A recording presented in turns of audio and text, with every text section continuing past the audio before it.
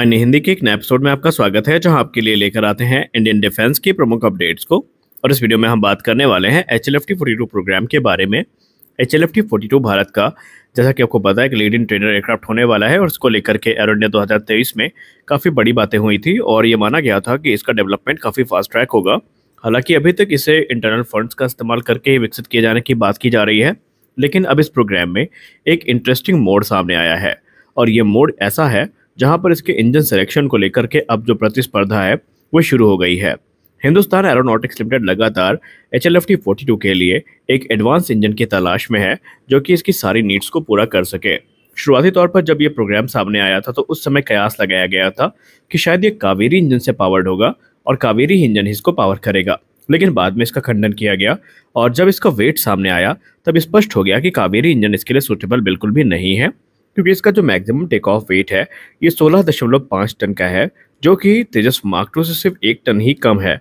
और ऐसे में इसके लिए हमें अधिक पावरफुल इंजन की ज़रूरत पड़ेगी। बाद में ये कयास लगाए गए कि शायद इसके लिए जो F414 इंजन है वो इस्तेमाल किया जाए, क्योंकि F414 वो इंजन है जो कि तेजस मार्क 2, एमका मार्क 4 और टेडबीएफ को पावर करेगा, तो संभावित है कि वो इसमें भी इस्तेमाल किया जा सके।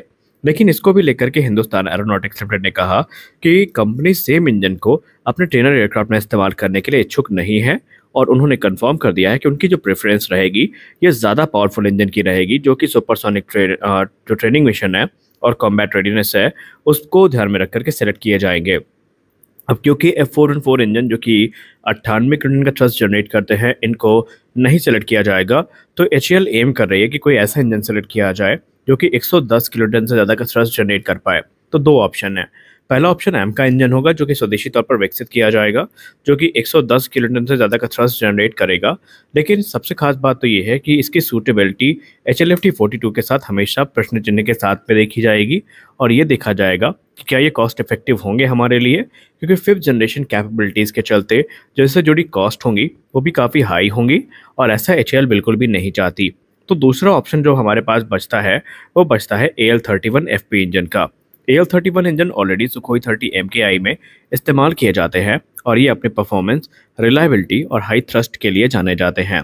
क्योंकि अगर हम AL-31 की बात करें तो ये रशियन डिज़ाइन इंजन है जो कि Su-30 सीरीज़ के एयरक्राफ्ट, जिसमें Su-27 और Su-30, Su-33 जैसे एयरक्राफ्ट शामिल हैं, इनको पावर करता है।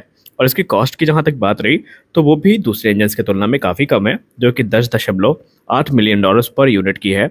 और ये HLFT-42 के लिए एक अट्रैक्टिव ऑप्शन के तौर पर देखा जा रहा है।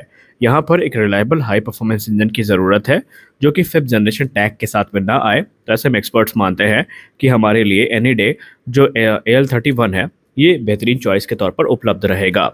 अब सबसे खास बात तो यहाँ पर ये होने वाली है कि रशिया ने ऑलरेडी इसकी जो वर्सेटैलिटी है इसको प्रदर्शित कर रखा है। जी हाँ, आप में शायद बहुत लोगों को ना पता हो, बल्कि रशिया ने ऑलरेडी इसको जो MiG-27 एयरक्राफ्ट है उस पर फिट किया था और इसने डेमोन्स्ट्रेशन भी अपनी कैपेबिलिटी का दिया था और वो ट्रायल के जो रिजल्ट थे वो काफ़ी प्रॉमिसिंग थे और इन्हेंस परफॉर्मेंस के साथ ओल्डर इंजन की तुलना में ये काफ़ी ज़्यादा अट्रैक्टिव ऑप्शन के तौर पर देखे जाते हैं। और माना जा रहा है कि अगर HLFT-42 में इन इंजन्स का इस्तेमाल किया जाता है तो सिंगल इंजन के फाइटर के तौर पर इसकी परफॉर्मेंस को ये बड़ा बूस्ट देंगे और कभी भी परफॉर्मेंस में जो थ्रस्ट की कमी है वो देखने को नहीं मिलेगी और भी दूसरी रिक्वायरमेंट्स जो हैं ये पूरी की जा सकती हैं। खैर, ये कॉल HAL के ऊपर है कि HAL किसको सेलेक्ट करती है। अभी भी जो सिलेक्शन प्रोसेस है वो चल रहा है। आपको बता दें कि अभी इंडियन एयरफोर्स इसमें फंड नहीं कर रही है। HAL अभी इंडियन एयरफोर्स का इस पर कोई स्पष्ट निर्णय नहीं है, लेकिन माना जा रहा है कि अब वो पुरानी गलतियां जो हमने अपने दूसरे ट्रेनर प्रोग्राम्स के साथ करी वो इसमें नहीं होने वाली हैं और HAL इसके लिए इंटरनल फंड्स का इस्तेमाल करके इनिशियल प्रोटोटाइप तैयार करेगा। और अगर हम हर्षवर्धन ठाकुर सर की बात माने तो 2028 से 30 के बीच में हमें इसके दर्शन भी हो सकते हैं, क्योंकि आपको बता दें तेजस मार्क 2 प्लेटफॉर्म हो गया, एमका प्लेटफॉर्म हो गया या फिर हमारे टेडबीएफ प्लेटफॉर्म हो गए, इनमें ट्विन सीटर वेरिएंट हमें देखने को नहीं मिलने वाले हैं। तो जाहिर सी बात है इनके लिए हमें एक डेडिकेटेड ट्रेनर की ज़रूरत पड़ेगी जो कि नेक्स्ट जनरेशन कैपेबिलिटी के साथ में हो और पायलट्स को ठीक वैसा ही फील मिल सके जैसा वो एयरक्राफ्ट उड़ाने वाले हैं। तो ऐसे में HLFT-42 का जो डेवलपमेंट है हमारे लिए काफ़ी महत्वपूर्ण बन जाता है। अगर हम रिपोर्ट्स की बात माने जो HLFT-42 का हमें कोई एक अकेला वेरिएंट देखने को नहीं मिलेगा। संभावित है कि इसके 2 से 3 अलग अलग वेरिएंट हमें देखने को मिलेंगे, जिसमें पहला वेरिएंट एक लीड इन फाइटर ट्रेनर होगा, दूसरा वेरिएंट एक लाइट कॉम्बैट एयरक्राफ्ट होगा, तीसरा वेरिएंट जो हो सकता है वो एक मल्टी रोल कॉम्बैट एयरक्राफ्ट हो सकता है, जो कि हर प्रकार के मिशन को एग्जीक्यूट करने में सक्षम होगा। और चौथा वेरिएंट एक ऑम का हो सकता है, यानी ऑप्शनली मैन्ड कॉम्बैट एयरक्राफ्ट। तो इसमें यह भी शामिल पॉसिबल है कि इसका हमें देखने को मिल जाए। अब HLFT-42 को इनिशियल बनाए जाने का एक कारण ये भी था, शुरुआती तौर पे ये कहा गया था कि ये ऑल मेटल बॉडी के साथ देखने को मिलेगा और इसमें जो fly by wire control system है, इंफ्रारेड सर्च एंड ट्रैक है, ये शायद हमें देखने को ना मिले और इसको लो प्राइस टैग के साथ ऑफर किया जाए एक्सपोर्ट मार्केट में। लेकिन चीज़ें बदल रही है और इसको एक बार फिर से डिज़ाइन रिफाइनमेंट से गुजारे जाने की बात सामने आई है। हिंदुस्तान एरोनॉटिक्स लिमिटेड के ऑफिशियल्स की बात माने तो उनके तरफ से कंफर्म कर दिया गया है कि जो HLFT-42 प्रोग्राम है, जिसे 2023 में इंट्रोड्यूस किया गया था, अब ये फर्दर डिज़ाइन रिफाइनमेंट से गुजरने वाला है। एचएएल ये प्लान कर रही है कि इसके लिए एडिशनल जो विंड टनल टेस्टिंग है ये की जाएगी, जिसके बाद जो फाइन ट्यून प्लेटफॉर्म है ये तैयार किया जाएगा। और यहाँ पर जो अटेंशन है काफ़ी ज़्यादा ग्रैब कर रहा है ये प्रोग्राम, क्योंकि इसमें इंप्रेसिव कैपेबिलिटी के शामिल किए जाने की बात की गई है।